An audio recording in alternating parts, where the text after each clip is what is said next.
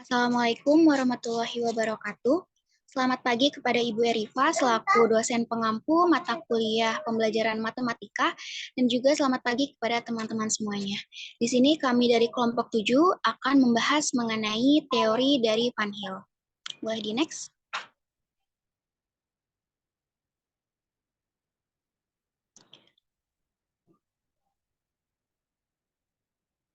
Nah, sebelum masuk ke dalam pembahasan, izinkan saya untuk memperkenalkan nama-nama anggota dari kelompok 7. Yang pertama ada saya sendiri, Azara Syafitri, kemudian ada Nima Suci Wulandari, ada Rizka Salsabila Putri, dan yang terakhir ada Sinta Oktavia Dwi Lestari. Boleh di next?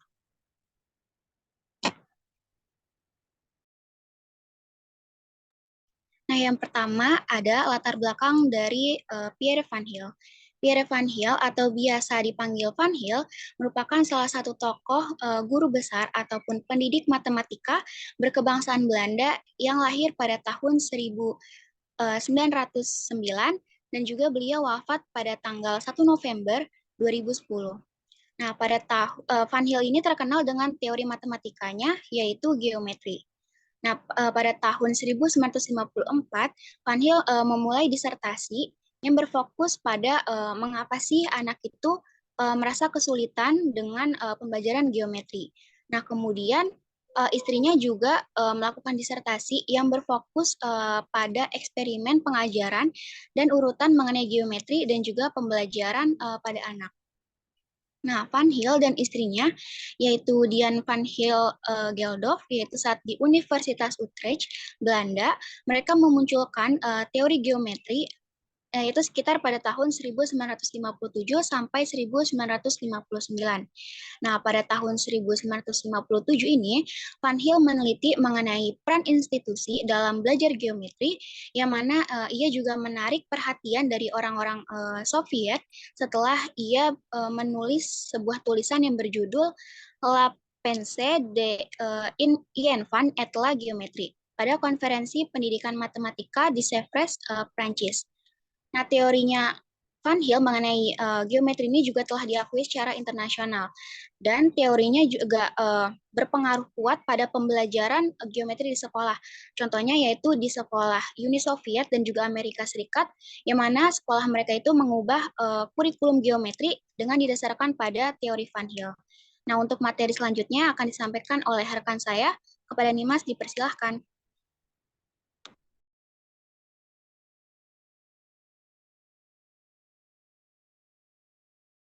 Baik, terima kasih kepada Zara. Selanjutnya ada landasan teori Van Hill. Van Hill memperhatikan kesulitan yang dialami anak ketika mempelajari geometri. Menurut Van Hill, sebagai pendiri teori geometri, seorang anak pada tingkat yang lebih rendah belum tentu dapat memahami materi dengan tingkat yang lebih tinggi dari mereka. Teori Van Hill menyatakan tingkat berpikir geometri dilalui dengan 5 tingkat. 1. Level 0 atau visualisasi. 2. Level 1 atau analisis. 3. Level 2 atau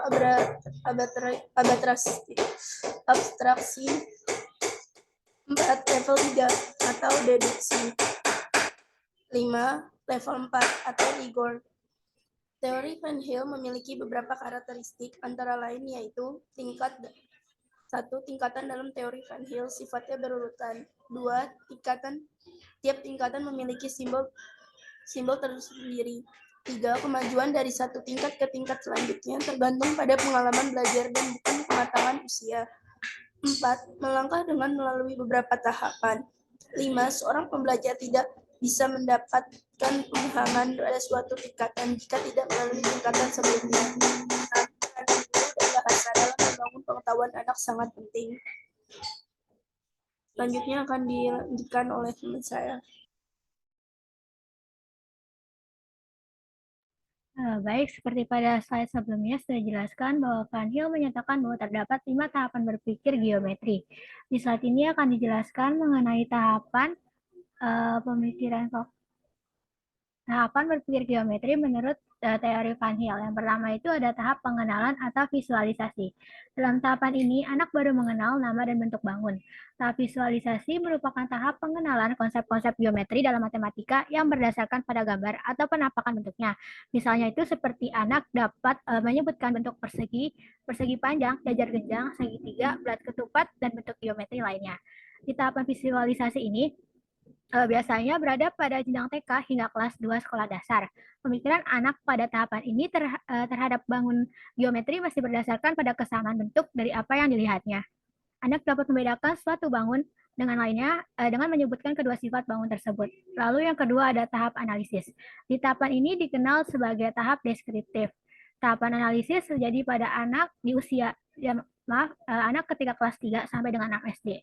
Di tahapan ini, anak mulai terbiasa menganalisis bagian-bagian yang terdapat pada bangun geometri dan memperhatikan juga unsur-unsur yang dimiliki oleh bangun geometri tersebut.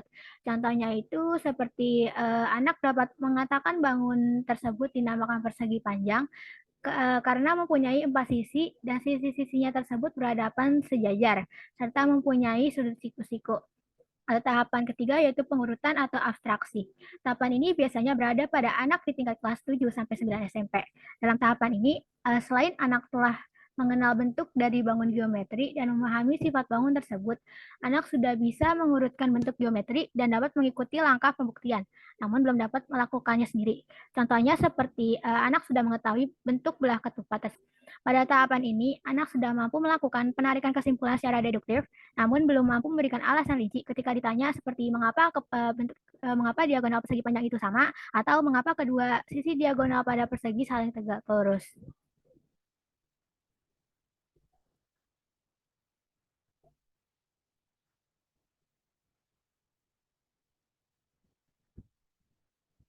Yang keempat itu ada tahap deduction atau deduksi. Di tahap ini biasanya berada di tingkat kelas 7 sampai 9. Dalam tahapan ini selain anak telah mengenal bentuk dari bangun geometri dan telah memahami sifat bangun tersebut, anak sudah bisa mengurutkan bentuk geometri dan dapat mengikuti langkah pembuktiannya, namun belum dapat melakukannya sendiri.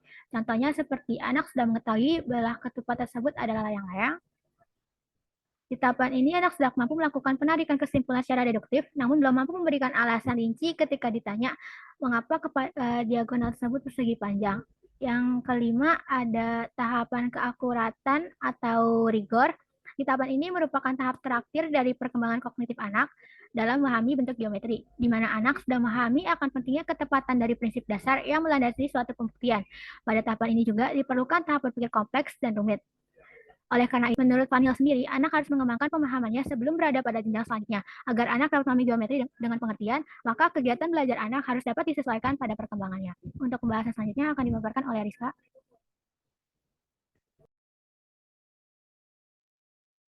Selanjutnya ada penerapan teori Van Hill dalam pembelajaran matematika.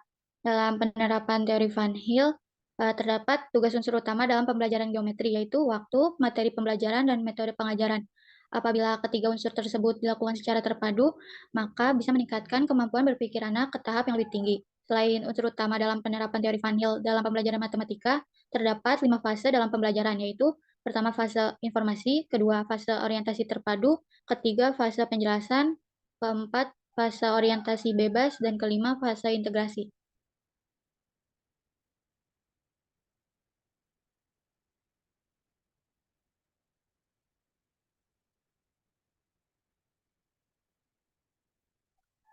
Berikut adalah contoh penerapan teori Van Hill dalam pembelajaran matematika untuk tahap 1 atau visualisasi dengan materi persegi dan persegi panjang. Pertama, fase informasi. Pada fase ini, guru dan anak melakukan diskusi dengan tanya jawab yang bertujuan untuk menggali pengetahuan awal anak tentang materi persegi dan persegi panjang. Kegiatan itu bisa dilakukan dengan guru memberikan beberapa pertanyaan. Misalnya, apakah anak-anak sudah tahu atau pernah mendengar tentang persegi dan persegi panjang? Lalu, apakah di ruangan ini terdapat benda atau barang yang berbentuk persegi atau persegi panjang? Dan jika ada, coba tunjukkan benda berbentuk persegi atau persegi panjang yang berada di ruangan ini.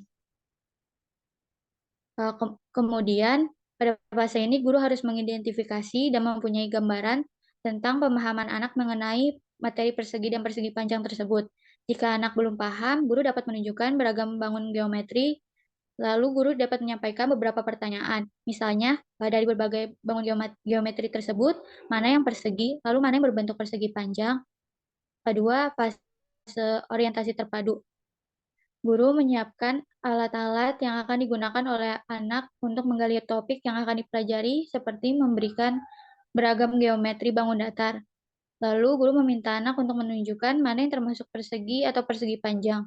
Kemudian anak diminta untuk mengerjakan tugas dalam kelompoknya, yaitu pertama seperti membandingkan persegi dan persegi panjang, terus mengukur sisi-sisi dari persegi dan sisi persegi panjang. Nah, yang ketiga menggambar persegi dan persegi panjang dengan cara menjiplak, dan terakhir melakukan identifikasi terhadap persegi dan persegi panjang. Pada fase ini, guru memiliki memiliki gambaran tentang pemahaman anak mengenai konsep persegi dan persegi panjang melalui berbagai kegiatan yang telah dilakukan.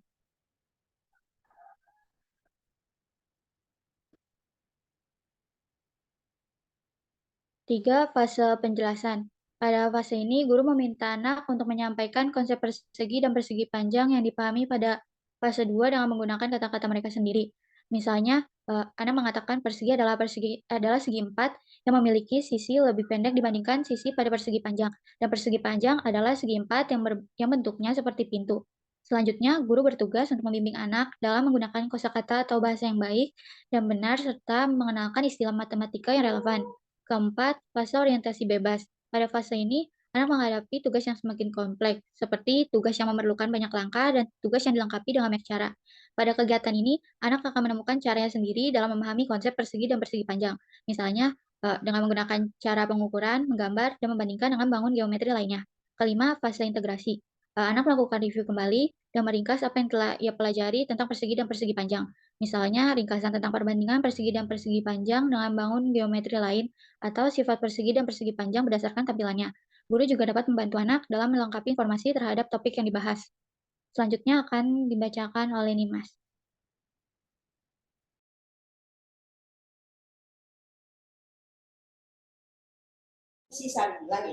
Selanjutnya ada kesimpulan. Kesimpulan dari Van Heel merupakan tokoh kebangsaan Belanda yang terkenal dalam matematika, yaitu seputar geometri. Geometri merupakan salah satu cabang matematika yang mempelajari mengenai bentuk, ukuran, posisi relatif, gambar, dan sifat ruang. Pembelajaran geometri menyediakan banyak keterampilan dasar dan membantu untuk membangun kemampuan berpikir logika, penalaran analitis, dan pemecahan masalah. Penelitian yang dilakukan Van Heel melahirkan beberapa kesimpulan mengenai tahapan-tahapan perkembangan kognitif anak dalam memahami geometri terhadap lima tahap pemahaman geometri, yaitu tahap pengenalan, tahap analisis, tahap pengurutan, tahap deduksi, dan tahap ukuratan. Adapun dalam pembelajaran matematika menurut Van Heel terdapat 5 fase, yaitu 1. Informasi, fase 2 yaitu orientasi terpadu, 3 fase penjelasan, 4 fase orientasi bebas, dan 5 fase integrasi.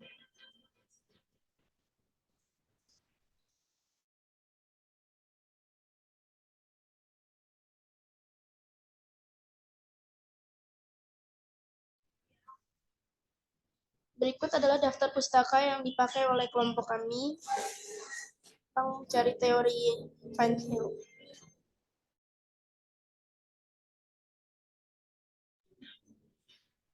Terima kasih. Wassalamualaikum warahmatullahi wabarakatuh.